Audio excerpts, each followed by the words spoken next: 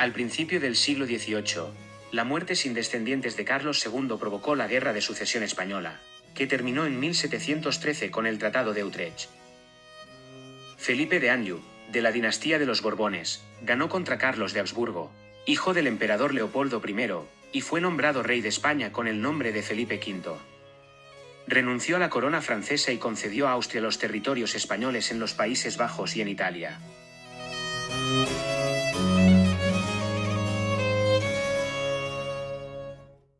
Conocido como el melancólico, Felipe V padecía de neurosis maníaco-depresiva y de trastorno bipolar. Se dice que alternaba épocas de gran animosidad a fuertes ataques de melancolía, especialmente después de la muerte de su primera mujer, María Luisa Gabriela de Saboya.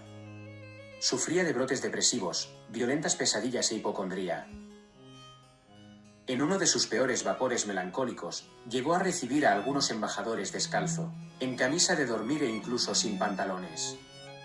Estaba obsesionado con que podía ser envenenado a través del contacto de la piel con la ropa, así que vestía siempre con la misma camisa. Más adelante se negó hasta que le cortaran las uñas y también sufría fuertes alucinaciones, tanto que de vez en cuando se creía una rana.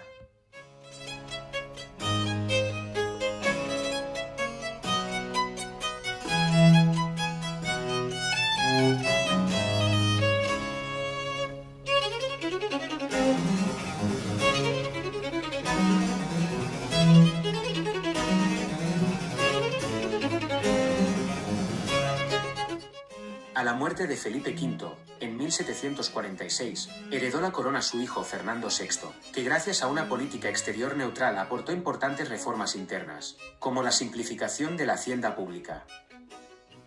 En 1759, el hermanastro de Fernando VI, Carlos III, rey de Nápoles, se convirtió en rey de España e instauró el despotismo ilustrado, que consistía en conciliar el absolutismo monárquico con el espíritu reformador de la Ilustración.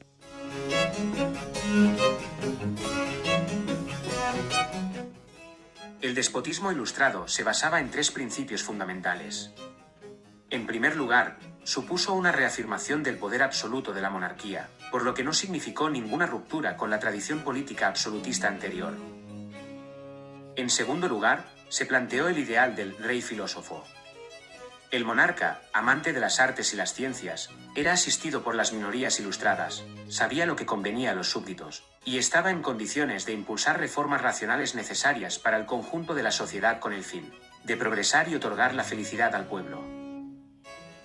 El tercer rasgo se refiere precisamente al pueblo, considerado como objeto, nunca como sujeto de su propia historia, según la conocida expresión, todo para el pueblo pero sin el pueblo.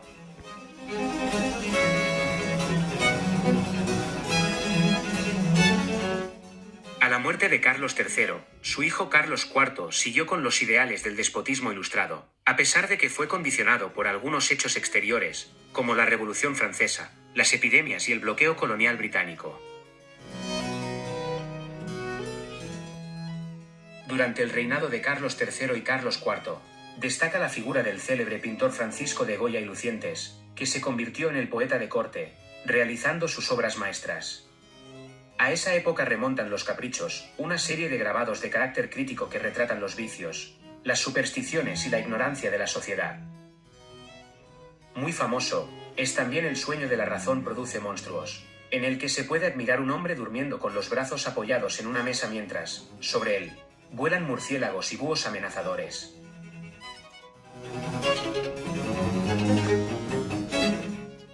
Siempre de ese periodo son la maja vestida y la maja desnuda, que según la leyenda retraen a la duquesa de Alba, de la misma posición y actitud.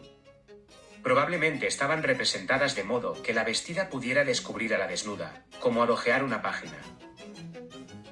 En la familia de Carlos IV, en cambio, Goya demuestra su capacidad de captar con precisión y realismo a la psicología y al carácter de los retratados.